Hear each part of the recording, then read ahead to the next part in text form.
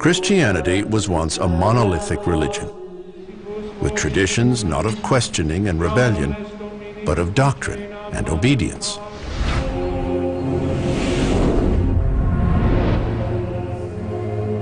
As the 1500s dawned, the Roman Catholic Church dominates almost every aspect of European life. Political boundaries mean little, since even kings bow down to the Church. In a sense, the Pope is the ruler of the Western world. Challenging the Catholic Church, either politically or spiritually, seems unthinkable. Its main source of power was that it taught, and people really believed, that if they made a misstep, they would burn in hell forever, and if they were on the right side of things, they would have bliss forever. But the Church's leaders do not always behave in accordance with their dictates. Priests having wives or taking money for forgiving sins is an old story in the Church. The interesting point is now people looked more critical at the Church because they were now more concerned with their own piety and also the question of the afterlife. In 1492, the year Christopher Columbus first reaches the New World, Pope Alexander VI becomes the head of the Church. Alexander is from the Borgia family, notorious for corruption and decadence. Although all priests in the Catholic Church are supposed to be celibate, Alexander has had several children with his mistresses. I think every Catholic historian of the last 30, 40, 50 years would say that the papacy was at its lowest point. The Borgia family and other families, political figures, princes, were essentially buying the papacy. To fund this elaborate lifestyle, the Pope targets his rich enemies. They are accused of trumped-up crimes, imprisoned, and often murdered. Afterwards, the Church confiscates their properties. On one infamous night, according to widely told tales, the papal palace hosts a grand orgy. 50 prostitutes writhe on a floor scattered with chestnuts. Priests and other officials who perform with the most women are given prizes. Many people are outraged by stories like these. But in 1517, one man in this tiny German town of Wittenberg will turn the course of church history. It is remarkable that a monk got this all started in an obscure university town. And I always compare it to there's gasoline all over the garage floor and all Martin Luther had to do was toss a match. Born in 1483, Martin Luther is originally headed for a career as a lawyer, a career he took up at the insistence of his father. There's none of that sort of revolutionary, rebellious nature in the background of Martin Luther. There's nothing which gives you the indication this was a man destined to confront the Catholic Church or change European history. But at 21, Luther commits his first act of rebellion, leaving his family and his studies to become an Augustinian monk. For the next 12 years, Luther tries to find peace within the teachings of the Catholic Church. You have to understand that Luther was a good monk. He did all the right things in the old system. He said Mass, he went to confession. But gnawing away at him was a sense of unworthiness, of an angry God. Luther wrote, I scrupulously carried out the penances which were allotted to me, and yet my conscience kept nagging. You fell short there. You were not sorry enough. You left that sin off your list. Life in the monastery is made up of hard work, frequent prayer, and fasting. As a monk, Luther is obsessive in his search for personal purity and struggles to understand his relationship with God. His confessions are epic in their length. There are not a lot of sins you could do in a monastery, and he really had to work at it, but he could confess for 6 hours One time his confessor said, "Brother Martin, you don't have to confess every fart to me. It doesn't have to be that serious." That was at the core of Luther's angst, this haunting question, have I done enough to please God? What is my posture in the presence of this demanding God of a church that requires so much from me to be acceptable? Luther scours the Bible for answers while teaching theology in the small university town of Wittenberg. The last straw for Luther, a church practice that scandalizes him, the selling of what are called indulgences.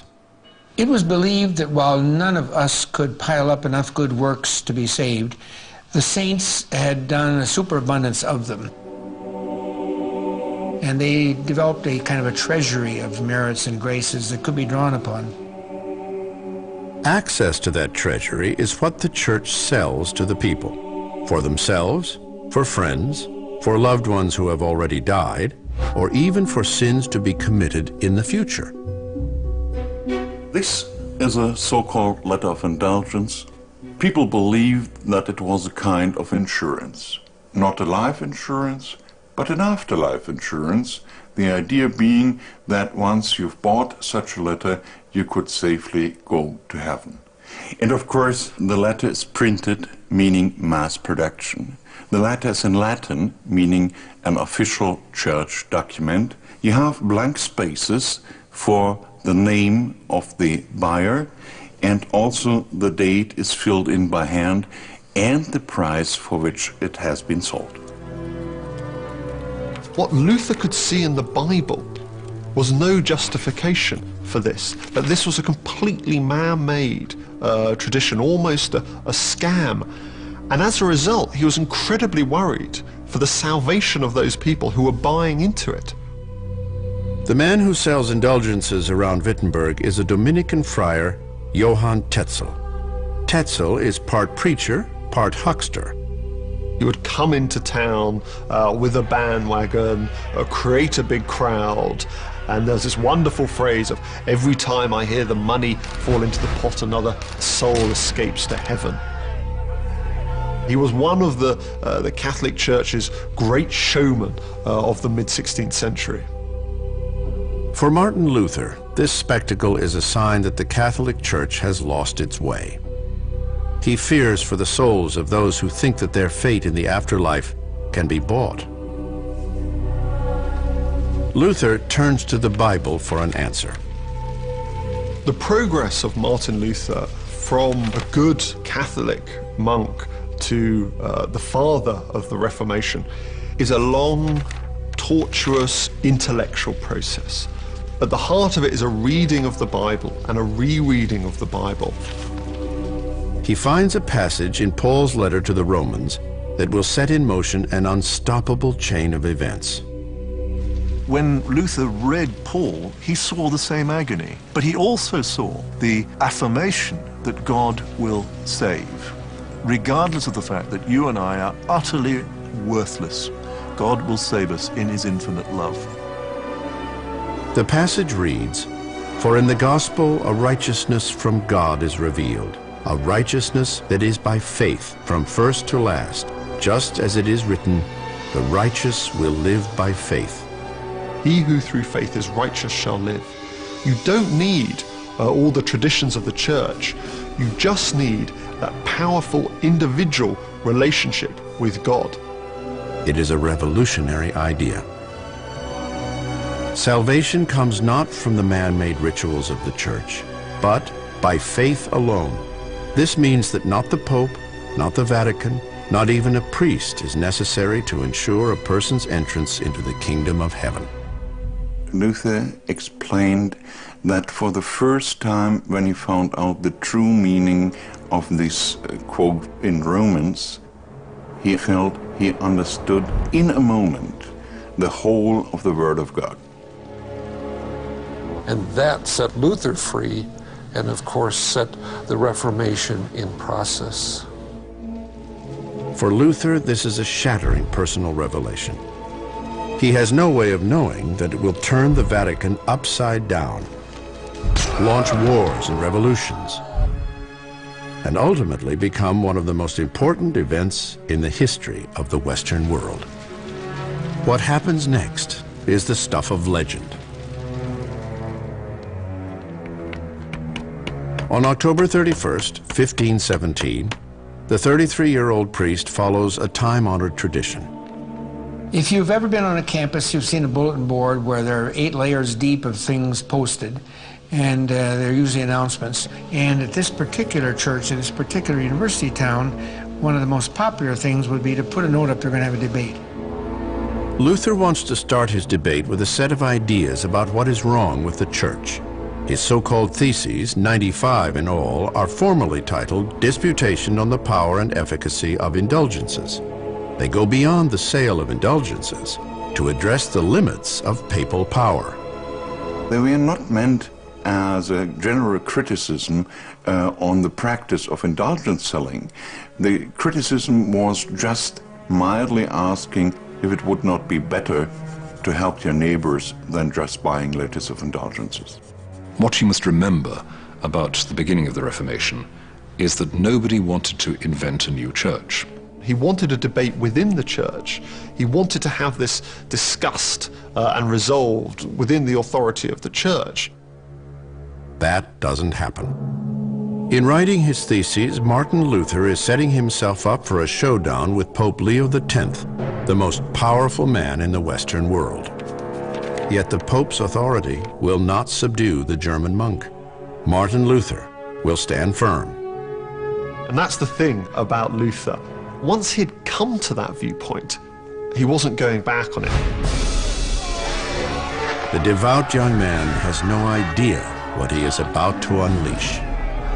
I'm not sure Luther's intent was to set loose the Reformation that has really changed the world, but it certainly was the consequence of what he did.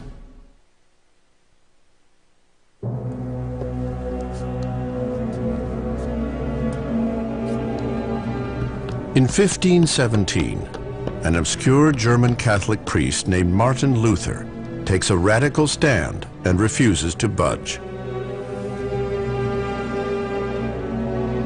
He claims that the Bible promises salvation to anyone who believes the Word of God. He takes his inspiration from the words of St. Paul in the book of Romans. I am not ashamed of the gospel, because it is the power of God for the salvation of everyone who believes. The righteous will live by faith. Luther's interpretation of this passage challenges the role of the Roman Catholic Church as the representative of Christ, and its power to determine who was going to heaven and who was going to hell. He believes that for this heresy he will be put to death. Somebody excommunicated by the church was normally burned at the stake. This was the normal procedure. So this was a point of living in danger. A revolutionary invention gives Luther's ideas a wider audience than any other reformer has ever had before. In the 1440s, Johannes Gutenberg creates the printing press. His use of movable type can make multiple copies of a document, allowing it to be widely distributed. Without Gutenberg, no Reformation. That's quite clear. Because the Reformation is the first media revolution in the modern sense of the word. Gutenberg's printing press. You almost have to compare that to the invention of radio and television in our time. Suddenly, ordinary people could read. Gutenberg's press opens up the world of ideas as never before. And Luther was a genius writing. He had a whole range of styles and emotions. He could be scientific, he could be popular. He could be funny, he could be serious. And of course, he had something which nobody else had. He had the ability for irony. In 1521, Luther is summoned to appear before the Pope's political commander for that area, the Holy Roman Emperor Charles V. the emperor opens an official church meeting called a Diet in the German town of Worms. There, he gives Luther a final chance to recant. If Luther had backed off and compromised at the Diet, I think the thing would have fizzled. He would have been one more of the many young professors that were thinking new thoughts. But Luther confronts Charles with these words. Unless I am proved wrong by scriptures or by evident reason, then I am a prisoner in conscience to the word of God. I cannot retract, and I will not retract. To go against the conscience is neither safe nor right. Once he believed that his own salvation and the salvation of those around him was dependent upon this different approach to a religious life, there was no way he could junk those opinions.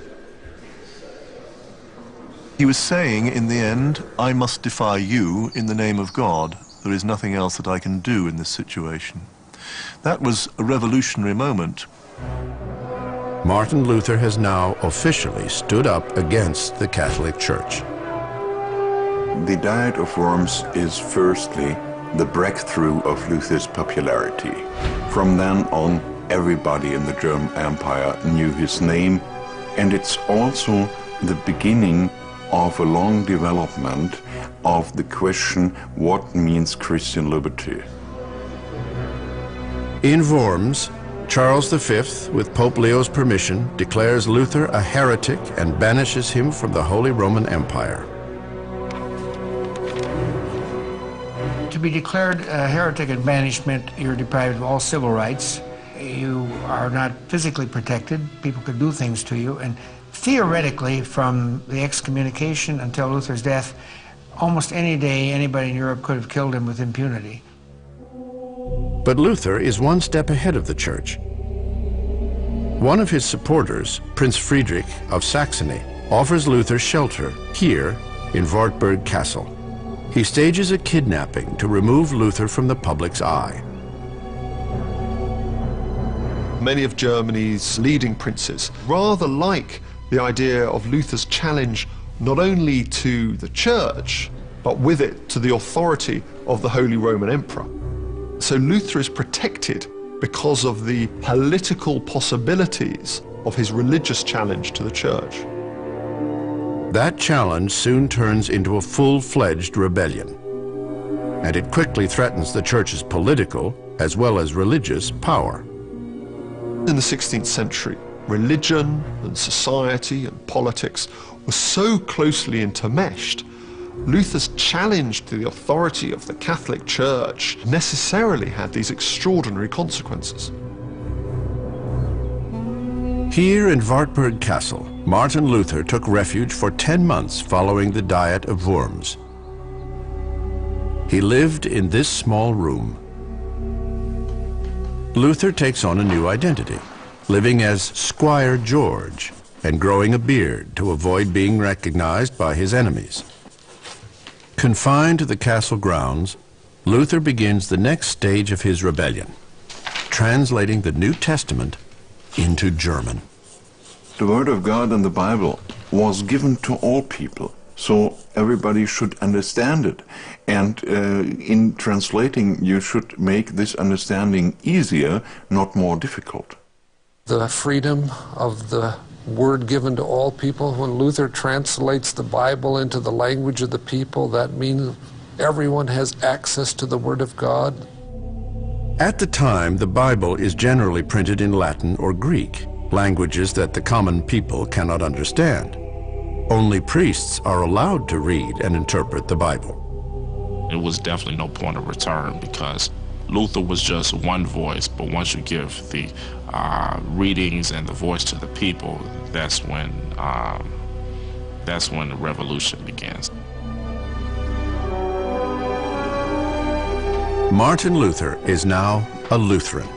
He also establishes one of the fundamental principles of Protestantism, the priesthood of all believers, that everyone has a direct relationship to God. The way that the doctrine of the priesthood of all believers came across was deeply revolutionary. Luther is very clear, and all the reformers are very clear. Your calling is to be a particular sort of human being. And your calling is to be in Christ, exercising the work of Christ as best you can in your circumstances. Martin Luther has unleashed a wave of ideas over which he has no control. Within 8 years of Luther's 95 Theses, you're already beginning to see those tensions, those political, social tensions within Protestantism, which begin to spill out for the next hundreds of years. Protestantism begins as a rebellion against authority, Luther's confronting the Catholic Church. Now, other rebellions follow, based in the same spirit of questioning authority that Luther introduced. The Reformation has a great fault line in it about obedience. On the one hand, you've got Paul saying in Romans 13, verse 1, obey the superior powers, because the superior powers are of God. But on the other hand, you've got that statement in the book of Acts, it is better to obey God than man. And Protestants are a bit caught on that. In 1525, Luther will see his ideas played out with extreme violence. After years of bad harvests, persecutions, and heavy taxes, the German peasantry rises up in revolt. And a man named Thomas Müntzer tries to put himself at the head of it, hoping to make a peasants' revolt into a religious crusade. Thomas Müntzer is trying to give it a theological Protestant spin to create that link between the idea of a spiritual equality, that Lutheran idea of a priesthood of all believers, and a social equality, the idea almost that because you are in the same relationship to God, you should also have that same social relationship here on earth. Luther rejects Müntzer's ideas and tries to stop the peasants' rebellion. He's always adamant that you should obey the magistrate, you should obey the prince, you should obey the king. And so he comes down very hard against Müntzer. In turn, Müntzer thinks Luther's become little better than a pope. On a German field, Müntzer's followers join more than 7,000 peasants to confront an army controlled by local princes. As they await the battle, a halo appears around the sun. Müntzer proclaims that it is God's sign that they will win.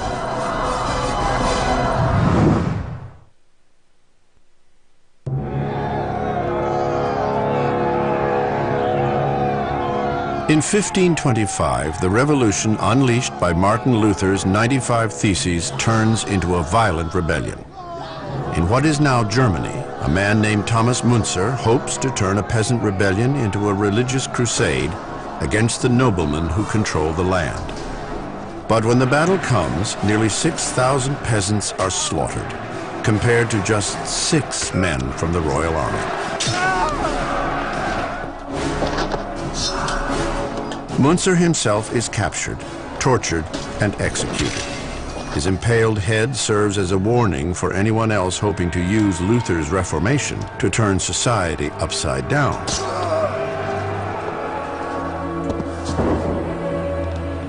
At the same time, a powerful new technology is helping spread information throughout Europe. The printing press, which mass-produced the Catholic indulgences that Martin Luther railed against, now brings his message to a vast new audience. One startling notion Luther proposes: the traditional priestly state of celibacy is not inherently a better way to live. He argues instead for a happy domestic life. On the basis of his reading of the Bible, he was long convinced that Catholicism was making too much of celibacy and chastity and so on. It wasn't one's natural state. So Luther, as you read him, is quite earthy about his marital life, quite earthy about love and sexuality, in a sense that this is the goodness of creation. Luther is ready to practice what he preached. In June 1525, at the age of 41, he commits an act that goes against centuries of Catholic law. Martin Luther gets married. His wife is Catherine von Bora, a 26-year-old former nun. Luther's marriage is a rather strange story because he started simply by marrying out of a sense of duty. He thought that to show that he was a man like any other man and not a special person because he was a clergyman, had to get married. Luther believes that of all his revolutionary ideas, the changes he makes to marriage are among the most important. It also transforms his own life. He and Catherine go on to have 6 children. Luther enjoyed family life enormously. He goes from being this withdrawn, gaunt, agonized monk to this kind of family man. He gets on well with his wife. He loves his children. Luther, for example, loved to say that the woman washing diapers is doing something far more pleasing to God than the monk saying his prayers. Can you imagine how that reoriented one's sense of oneself, that we are called by God into everyday life, and there we do things that both please God and serve others? It literally gave daily life meaning as the context of faith.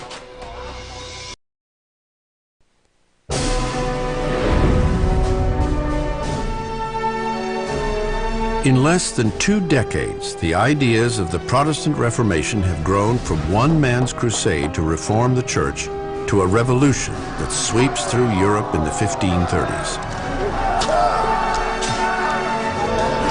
At the same time as Protestant ideas are inspiring violence in England, another reformer is leading his own radical charge in Switzerland. His name is John Calvin. Calvin is initially inspired by his contemporary Martin Luther. But the 2 reformers are very different men. I think one test showing the difference between Calvin and Luther is whether you'd enjoy a night out with them. It's quite clear you'd have a very good time with Luther. I'm not so sure with Calvin. He was austere, serious, concentrated. He knew he had a job to do. He is a preacher and a persistent reformer. Calvin is born in France in 1509 and educated in the law and humanities. Like Luther, he finds a more spiritual calling. Here in the cold mountain air of Geneva, the school of Protestantism that emerges from Calvin's teachings is a harsh, uncompromising faith. I think one of the great selling points of the Reformation was actually its discipline. Everyone desperately wanted discipline in the 16th century, Catholics and Protestants alike. Perhaps the most radical difference between Calvin's beliefs and Luther's is called predestination. Predestination means that of all the people on earth, God has chosen a lucky few, called the elect, who will be saved. Those who are not in the elect will be damned for eternity. Here is the most extraordinary statement of the majesty and glory and liberty of God. Forget for a moment about people being predestined to hell and just think, Calvin is putting before you the vision of a God who is constrained by nothing except his own nature. He's absolutely free. He can do what he likes. And so it is a scary doctrine. If he predestines you to be saved, he must be predestining you to be condemned. And so God's foreknowledge, very complex teaching, that God foresees everything. In Calvin's doctrine, no amount of good works by an individual can force God to change his holy mind. In Luther's teaching, he starts with God is gracious, and then he has to back up and figure out if God is determining this, where does grace fit in? Calvin starts at the other end. God determines everything and then is gracious. But predestination put Calvinists in a terrible bind. They yearn to find some way to know whether they are part of the elect, destined for paradise or not. While Calvin and his followers reject the old Catholic notion that good works can provide salvation, they come up with a new idea, that good works might demonstrate if you are among the elect to be saved. Calvinists were by far the most activist of any Protestants. They were always busy doing God's work, and in their sense, they were proving that they were elect, proving to themselves. Predestination can be liberating and empowering, but it can be terrifying because you cannot be sure that God has predestined you. In the world of work, Protestants find an answer to their painful spiritual predicament. One of the signs, it was believed, of election was that you were successful in your profession, you were successful in the world around you. So the more you prospered, the more you earned, the clearer it was you were predestined to heaven. So you have this close correlation between the idea of being saved and the idea of being successful. The harder Calvinists work, the more likely they are to prosper. The more they prosper, the more convinced they become of their own salvation. This uncompromising religious stance will play a powerful role in creating modern capitalism. For 1,000 years, the Catholic Church condemned the practice of money lending, or usury, as sinful. The Christian wasn't supposed to take an interest. Taking of interest was seen as taking advantage of somebody and of stealing. But for Calvin, money, like human beings, belongs to a world of work, and work is a godly activity. Money should be made useful, not stowed away in a bank vault. This seismic shift in thought helps lead to a lifting of the ban on charging interest throughout Northern Europe. Protestants can now compete with the likes of the powerful Medici family of Italy, who have set up a system of banking throughout Europe. Calvin, among the Protestants, picks up what's also going on in Venice and others, that some people think he's a co-founder of capitalism almost.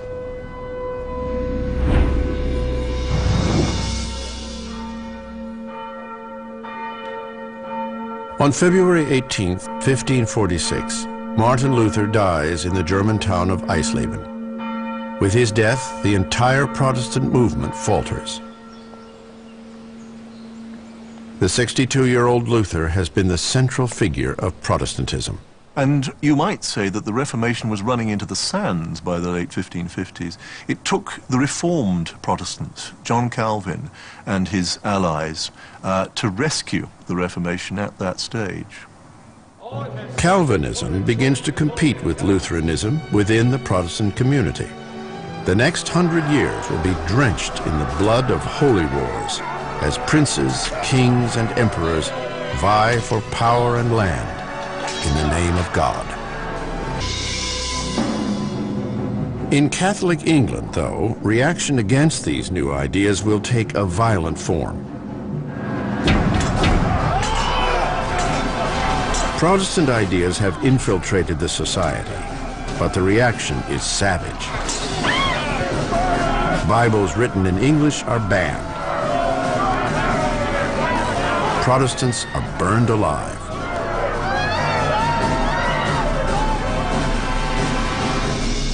Pope Leo X is grateful to England's King Henry VIII for his outspoken loyalty to the Catholic Church. So grateful, in fact, that in 1521 the Holy Father awards Henry the title of Defender of the Faith. But such loyalty to the Pope soon fades when Henry wants something that the Pope will not give him. He wants a divorce. He believes that Protestant ideas can now help him achieve this goal. One of the most radical things that Luther did was rarely noticed, and is being noticed a good deal these days. He secularized marriage. That is, he said it is a civil right, not a religious right. This has radical implications. Though God may be joining a couple in marriage, man can break that bond. It's simply logical after that. And I think actually in the Reformation, this was one of the things which excited people. People in unhappy marriages in those first open years of the Reformation thought, at last we can get rid of this relationship. In 1533, King Henry VIII is one of those unhappy people. He wants to leave his wife Catherine of Aragon and marry his lover Anne Boleyn. But Pope Clement VII refuses to annul his marriage. Henry, defender of the faith, is outraged. He feels God wishes him to get rid of Catherine of Aragon, and that they have never been married, and yet the Pope would not grant him the recognition of that.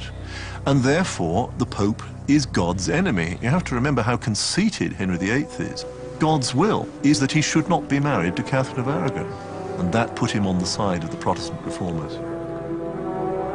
Before Henry can break with the Catholic Church, he needs someone to make a convincing case. He finds his answer in a church official named Thomas Cranmer. Cranmer, it so happens, is secretly married.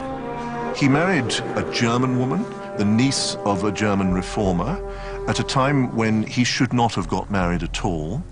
He was a priest, and clearly that was an act of rebellion against the old church. In 1533, King Henry learns his mistress Anne Boleyn is pregnant. So Cranmer, without the blessing of the Pope, secretly marries them. 2 months later, Henry returns the favor and appoints Cranmer Archbishop of Canterbury. Thomas Cranmer was, of course, the first married archbishop. That made a huge difference. And he liked marriage, and he wrote this into the liturgy for the first time. The Book of Common Prayer has a marriage service, which is the first liturgy in the history of Christianity to say that marriage is fun. It is there for the mutual society, comfort, and help one from the other. The following year, the English Parliament passes the so-called Act of Supremacy, which says that the true head of the Church of England is the King, not the Pope. Catholicism is banned. The Protestant faith takes its place. The shift gives Thomas Cranmer an enormous amount of power. Cranmer's a strange man. He's a quiet man, a very sincerely religious man, but there's a certain sort of holy ruthlessness about Cranmer. One facet of Catholicism comes in for particular scorn. Its statues of Christ, the Virgin Mary, and the saints. Cranmer himself condemns what he calls the fantasy of ceremonies, pilgrimage, purgatory, saints, images, works, and such like, as hath these 300 or 400 years been corruptly taught. Statues, stained glass, paintings, and tapestries were seen to encourage idolatry and false worship. In 1538, a set of laws are issued demanding the removal of feigned images so as to avoid that most detestable sin of idolatry. Catholic churches are brutally ransacked, monasteries stripped, and the king's coffers filled with the resulting wealth. It's difficult for us, I think, to understand why cultured, refined people smashed images. First starting point is that the Bible tells you so. In the commandments it says, "Thou shalt make no graven image unto thyself." This particular command resonates because images became the symbol of the great confidence trick which the old church had paid. It had got people to spend money on these things. It had got people to direct worship towards the statue, the image, instead of the divine thing behind it. At places like Binham Priory Church in England, Henry VIII's men destroy portraits of saints. Gold-leafed engravings are whitewashed over, and in their place, stark text from the Bible is painted. That's how it remains for hundreds of years, until the whitewash faded away, revealing some of their pre-Reformation glory. Yet art does not die under the Reformation. It undergoes its own revolution, the legacy of which hangs in our galleries and homes today. Both art and music became not only offerings to God, but expressions of our humanity, the wonder and the mystery of being human that is revealed in artistic expression. And once art was released from being an instrument of religion, this opened up the whole world as the domain of art. So the world of nature, the world of humanity, the world of everyday life, all of these became now no longer perhaps vehicles for transcendence or for salvation, but they became interesting in their own right. As a result of Martin Luther's idea that God is everywhere, Protestant artists search for inspiration in the real world around them. Works of art now had the function of being beautiful. In that sense, art for art's sake, as it will be called in the 19th century, begins through this separation of the artwork from its religious domain. By wiping out Catholic artworks, Archbishop Thomas Cranmer believes he has provided a foundation for Protestantism in England. But others feel he hasn't gone far enough.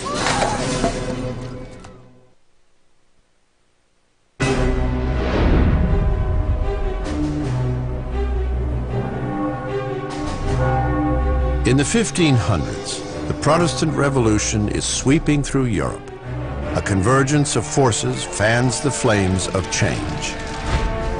The once all-powerful Catholic Church is ruled by decadent popes. The printing press can spread ideas quickly. And a new era of learning is emerging from the Dark Ages. And that's the sort of powder keg into which Luther drops a match, as you might say. Human beings could be so much more. They're made in the image of God. That has to be restored. That powder keg will continue to show its destructive energy.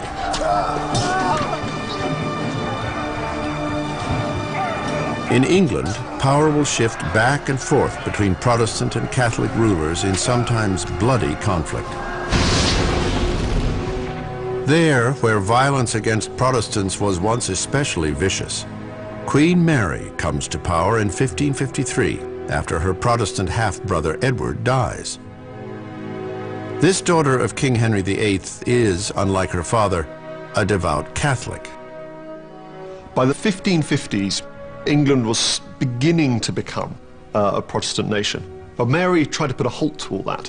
She took England back into Rome, the Catholic faith was brought back to England, and as part of that, she persecuted the people she regarded as heretics, Protestants. Queen Mary, or Bloody Mary as she became known, starts one of the most violent purges of Protestants in history. Protestants are burned at the stake. Those who helped turn England to Protestantism are especially targeted.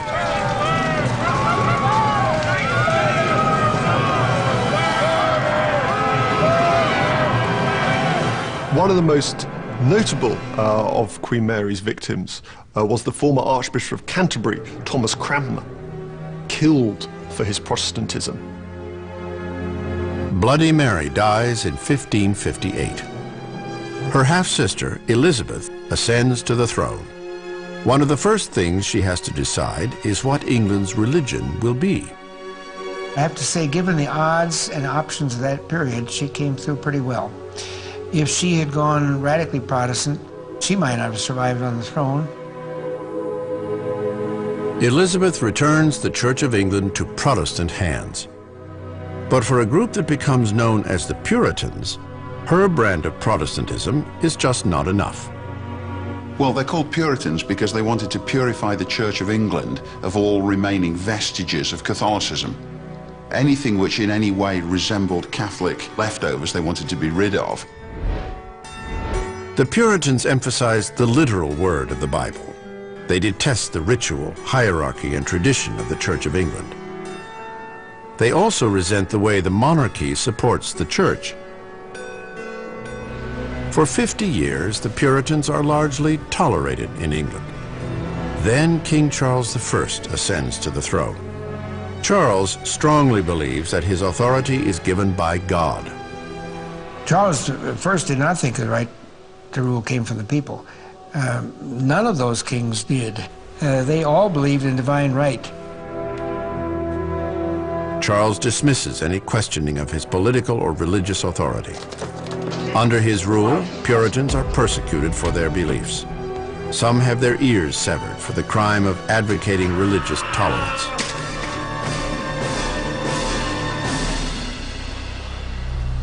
For many, the only way out is to leave England.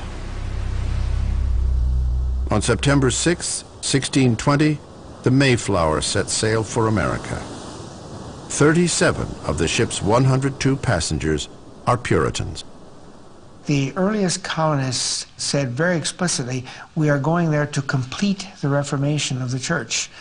They weren't as interested in founding a nation as they were in completing the Reformation of the Church. While the Puritans, both in England and America, agonize over whether God has chosen them for heaven or not, Protestants throughout Europe are trapped in a seemingly endless series of wars. From 1618 through 1648, religious hatreds and royal ambitions combined in a lethal cocktail known as the 30 Years' War. Although it is fought mostly on German soil, The war involves, at one time or another, nearly every European political power. It's a purely religious, a lot of the religious people are very peaceful with each other, and yet it got congealed around economics, territory, and religion.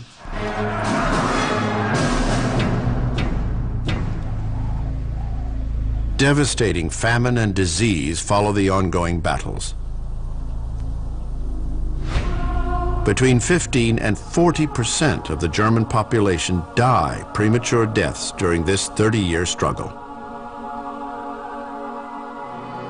On October 24th, 1648, the Peace of Westphalia is signed. Made up of a pair of treaties between German princes, Spain, France, Sweden, and the Dutch Republic, the Accords are a turning point in the Protestant Revolution. Lands secured by the Protestants are generally allowed to remain in Protestant control. In England, near the end of the 30 Years' War, another war is starting, but this time it is purely Protestant versus Protestant, Puritan versus King. By the 1640s, King Charles I is widely regarded as a tyrant. He dissolves Parliament, imposes unpopular taxes, and tries to move the Church of England away from Calvinism. Puritans are enraged.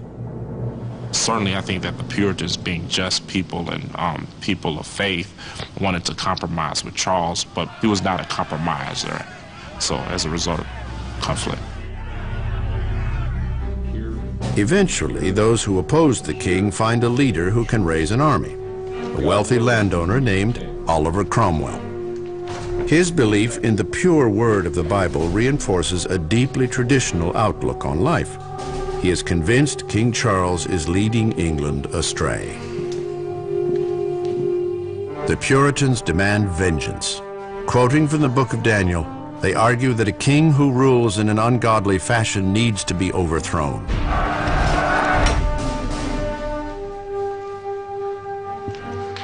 After Cromwell's forces defeat the king in 1648, he is convicted of treason.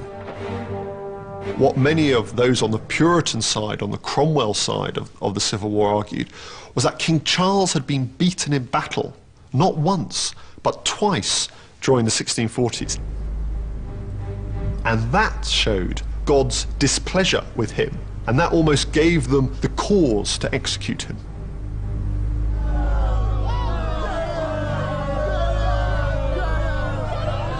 On January 30th, 1649, Charles I walks onto a scaffold. So it's a very cold morning when he's executed.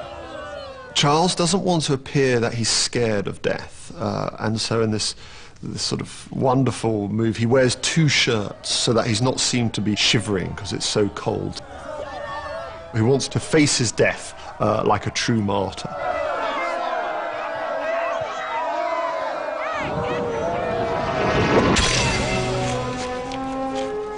It is a groundbreaking event in the history of Europe.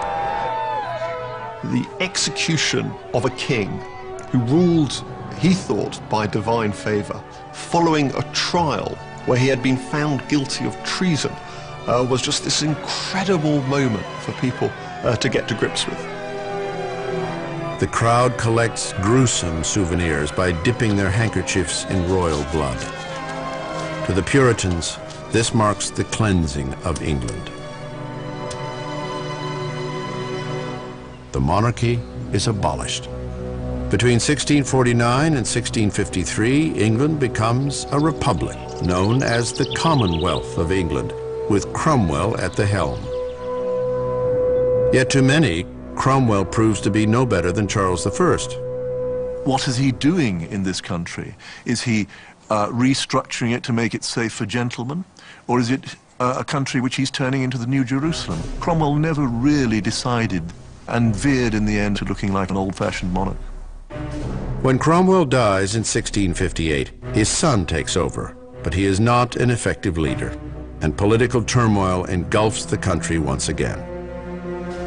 By 1660, King Charles II, the son of the murdered Charles I, is restored to the throne, and with him a revived Church of England.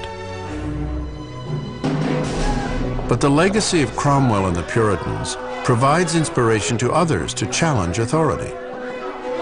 The same ideals that guide Puritans through their moral crusades also guide some religious groups in a very different direction.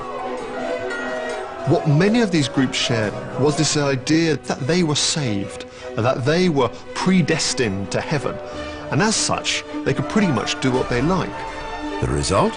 An explosion of rebellion, immorality, and sexual license that will seem more like the 1960s than the 1660s.